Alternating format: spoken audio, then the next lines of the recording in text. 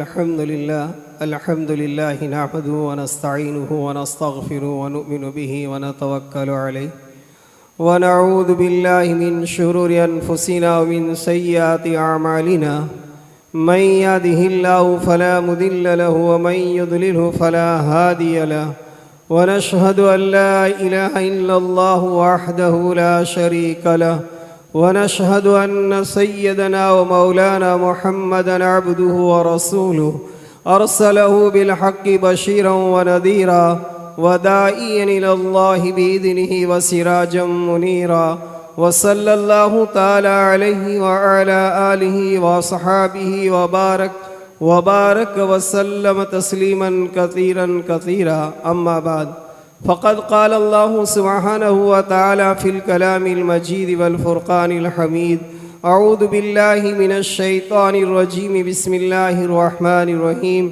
लक़द जाअकुम रसूलुम मिन अनफुसिकुम अज़ीज़ुन अलैहि मा अनित्तुम हरीसुन अलैकुम बिल मुमिनीन रऊफ़ुर रहीम सदक़ल्लाहुल अलीयुल अज़ीम। गिरामी कदर सामीन, इस वक्त कुरान करीम की एक आयत पेश की हैं। इस आयत करीमा में हक़ ताला शानहु व अम्म नवालहु नबी पाक सल्लल्लाहु अलैहि वसल्लम की तशरीफ़ आवरी और दुनिया में मबूस होने की बशारत सुना रहे हैं।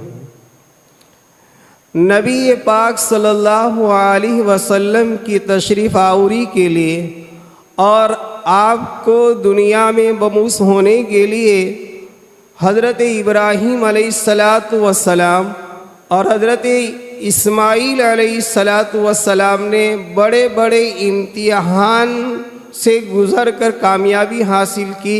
उसके बाद नबी पाक सल्लल्लाहु अलैहि वसल्लम के लिए दुआ की और फिर आपकी दुआ कबूल हुई और उसके बाद हक़ ताला शानहु व अम्म नवालहु ने नबी पाक सल्लल्लाहु अलैहि वसल्लम को दुनिया में मबूस फरमाया। अब अंदाज़ा कर लीजिए कि जद्दुल अंबिया हज़रत इब्राहीम खलीलुल्लाह जैसी मुक़द्दस हस्ती, जिन्होंने कई इम्तिहान से गुज़र कर अल्लाह तबारक व तआला से दुआ की। हमें हज़रत इब्राहीम के इम्तिहानात कुछ मालूम हैं। कभी आप आग के अंदर, कभी ज़बीहुल्लाह की क़ुरबानी, कभी अहलिया मोहतरमा को बेआबो गया मैदान में छोड़ देना, कभी अपने मुल्क से हिजरत करके इराक़ और फिर शाम और शाम से फिर बैतुल्लाह शरीफ मक्का जाना। इन तमाम इम्तिहान से तो आप पार हुए, लेकिन इसके बाद फिर अपने लख्ते जिगर जो एक रिवायत के मुताबिक 90 साल के बाद हज़रत इस्माईल ज़बीहुल्लाह पैदा हुए और इसके बाद जब आप तकरीबन 15 साल के हुए तो फिर इनकी क़ुरबानी। इन तमाम क़ुरबानियों के बाद बैतुल्लाह की जब तामीर आप कर रहे थे, इस वक्त ख़ास नबी पाक सल्लल्लाहु अलैहि वसल्लम की आमद के लिए दुआ कर रहे थे, जिसको कुरान ने नक्शा यूँ खींचा, वईद यरफ़उ इब्राहीमुल क़वाइद मिनल बैति व इस्माईल। वो वक्त भी याद करो जिस वक्त के हज़रत इब्राहीम खलीलुल्लाह बैतुल्लाह की तामीर कर रहे थे और आपके साथ आपके फ़र्जंद हज़रत ज़बीहुल्लाह मदद कर रहे थे। इस वक्त आप एक दुआ कर रहे थे, रब्बना तक़ब्बल मिन्ना इन्नका अंतस समीउल अलीम, कि इलाहल आलमीन ये जो मैं बैतुल्लाह शरीफ तामीर कर रहा हूँ, तेरा घर तामीर कर रहा हूँ, इस तामीर करने को तू कबूल फरमा ले और मेरी इस कुर्बानी को कबूल करने वाला तू ही है और तू ही सुनने वाला है। इसके बाद दूसरी दुआ आपने ये की, रब्बना वजअलना मुस्लिमैनि लका व मिन दुर्रियतिना उम्मतन मुस्लिमतन, कि इलाहल आलमीन आप इस घर को कबूल फरमाने के बाद मुझे भी और मेरे फर्जंद इस्माईल को भी तेरा मुती और फरमाबरदार बना। दुआ कर रहे इब्राहीम अपने लिए भी और अपने बेटे इस्माईल के लिए भी कि वजअलना मुस्लिमैनि लका, कि आप मुझे भी और मेरे बेटे इस्माइल को भी तेरा फरमाबरदार और मुती बना। उसके बाद कहा और मेरी आने वाली नस्ल में से, मेरी आने वाली कौम में से इनको भी मुती और फरमाबरदार बना। और फिर कहा व अरीना मनासिकना व तुब अलैना इन्नका अंतत तव्वाबुर रहीम।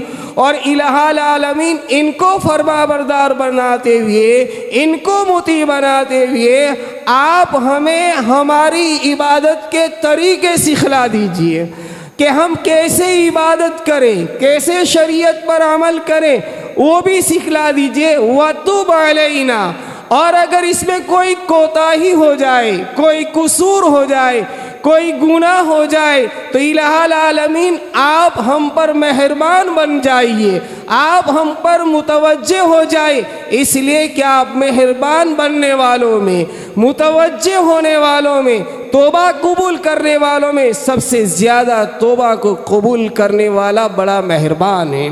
और इसके बाद नबी अलैहिस्सलातु वस्सलाम के लिए दुआ फरमाए, रब्बना वबास फीहिम रसूलन मिनहुम यतलू अलैहिम आयातिक व युअल्लिमुहुमुल किताब वल हिक्मा व युज़क्कीहिम इन्नका अंतल अज़ीज़ुल हकीम।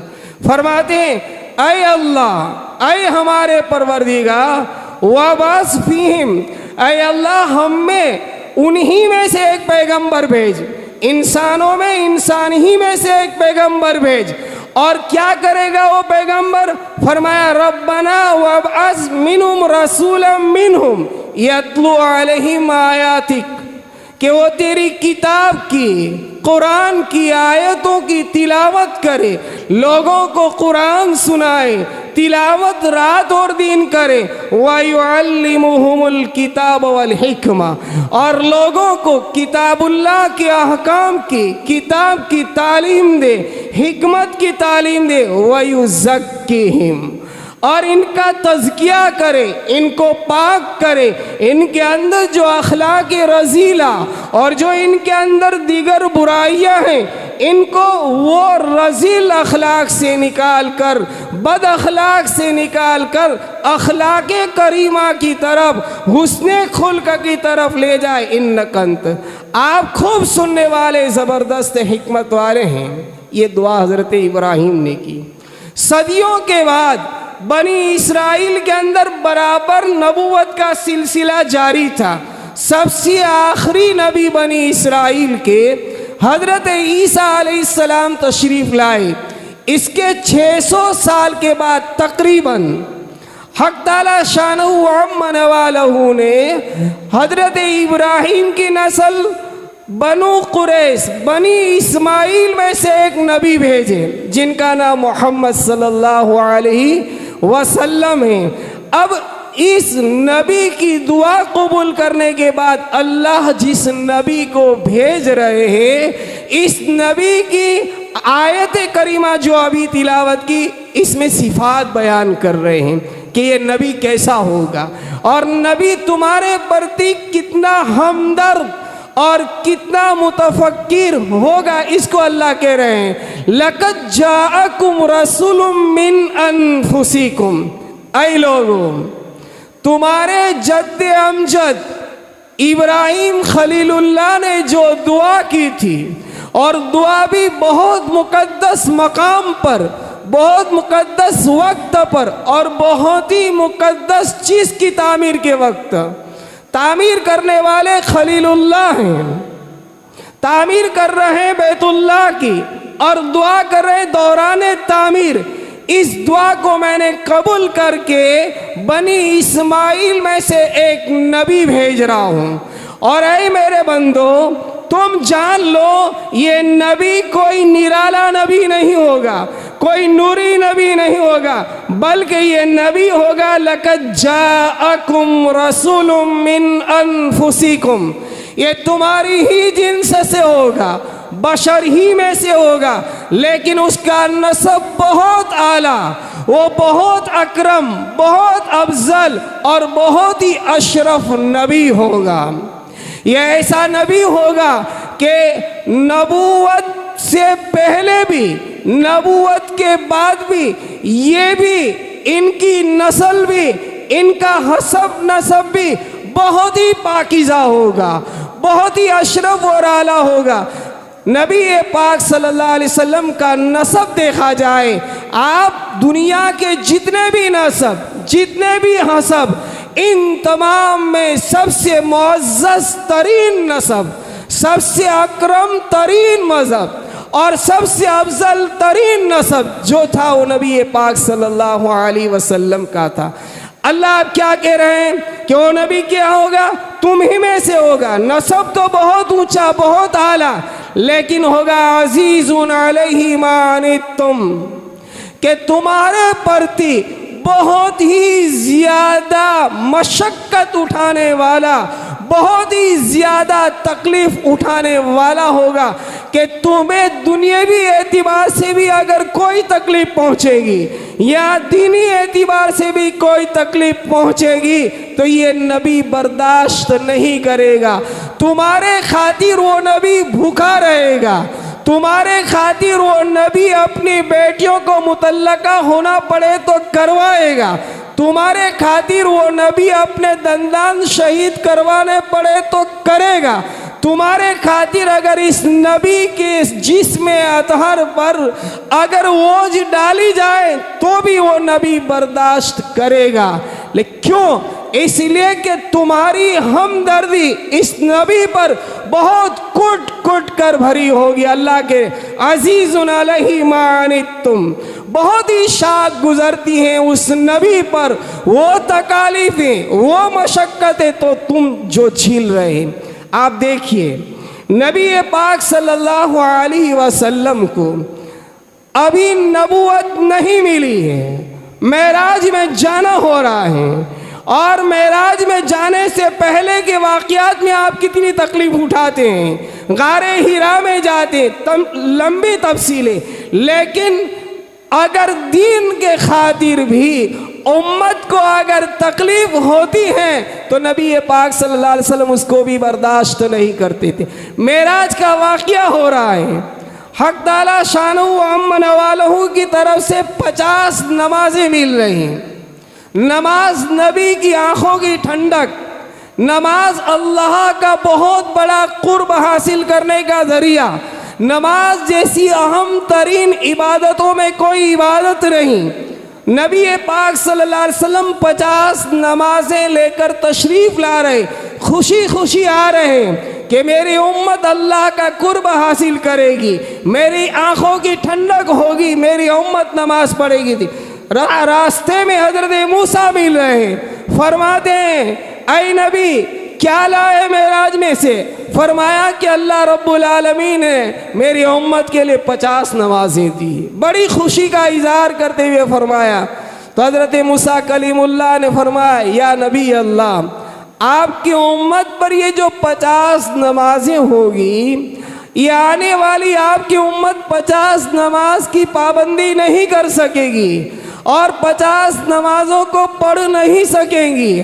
आप इस नमाजों में से कुछ कम करवाइए। लिहाजा आप 5-5 कम करवाते गए और बार बार आप मूसा अलैहिस्सलाम से 7वें आसमान पर जा रहे हैं, अल्लाह से हम कलाम कर रहे हैं और 5 नमाजें रखी। आप अंदाज़ा कीजिए इस उम्मत पर कितनी शफ़क़त और कितनी मेहरबानी थी कि नमाज जैसी अहम तरीन और मकबूल तरीन इबादत अल्लाह दे रहे हैं। नबी अलैहिस्सलाम ने इस उम्मत के तकलीफ़ के खातिर कि मेरी उम्मत मशक्क़त में पड़ जाएगी, मेरी उम्मत हालात में आ जाएगी, इताअत नहीं कर सकेगी, पाबंदी नहीं कर सकेगी, सिर्फ 5 नमाजें रखी और 5 नमाजों के बाद कहा कि अब मुझे हया और शर्म आती है।